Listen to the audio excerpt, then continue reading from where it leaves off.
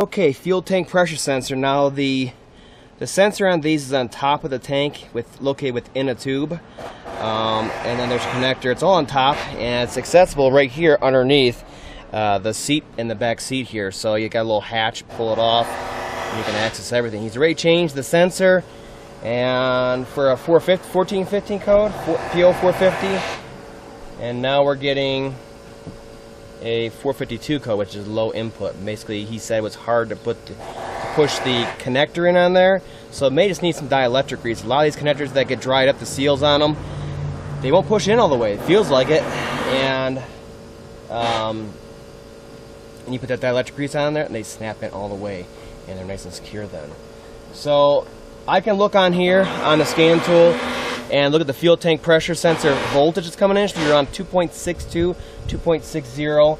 So we're just concentrating on that one little voltage input to the PCM, and I'll be able to tell if it's around 5 volts or so, if it's connected or not.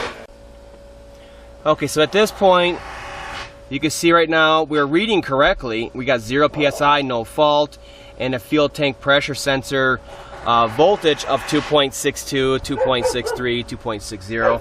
That's very common for 0 psi, so that's reading correctly.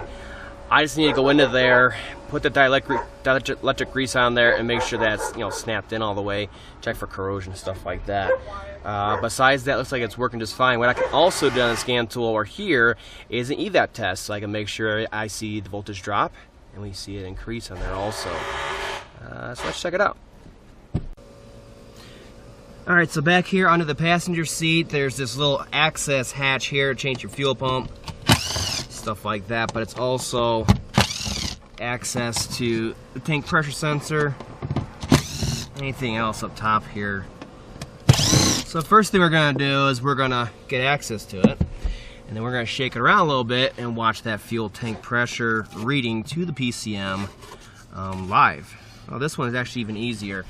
On the older Escapes, it was way down in here, okay?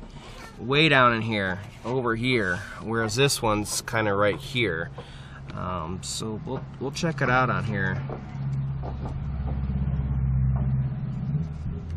He's got it on there all the way,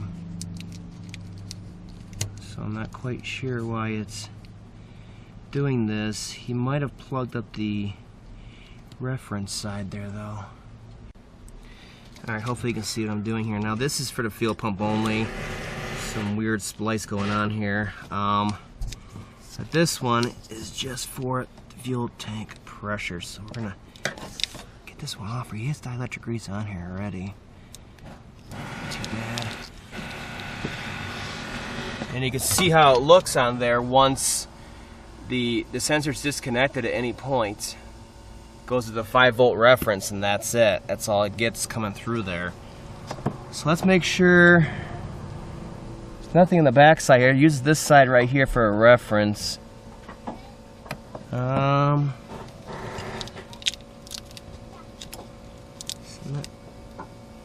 wiring looks fine on here.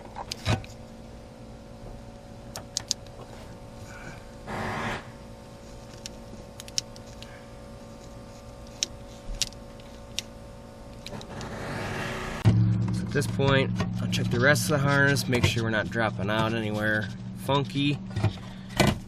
Nothing like that. That goes into here. Watch the voltage. Nothing.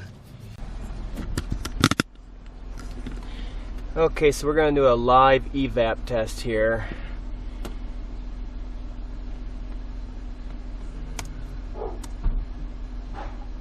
It's not too hot. I wish to continue. Fuel level check is good. Our fuel tank pressure is within range.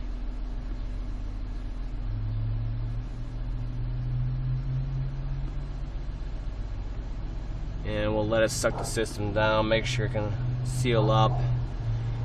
And the bigger thing is to make sure that this actually drops and raises.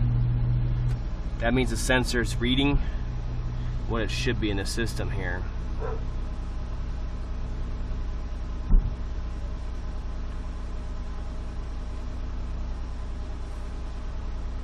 Starting to drop a little bit here.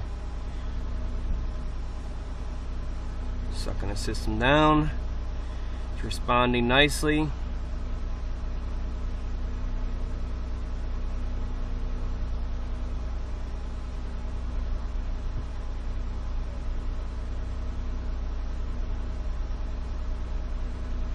And we'll see if it races back up the way it should.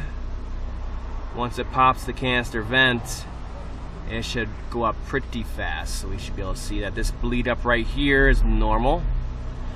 Regular bleed up once the vacuum's been turned off to the system. But once it goes to the next screen, it opens the Evap temp, or the canister vent completely to atmosphere, and it'll go way up nice and fast. And that means it's responding reasonably fast also. See how fast it goes up like that? That's how it should look on there. So it's reading correctly. So at this point, and everything looks good on it. Connector looks good, corrosion, all that stuff. So we're just gonna check the harness for any kind of chafes from you know, mice or debris from brush or whatever, damage, and go from there. Besides that, I don't see no faults on here right now.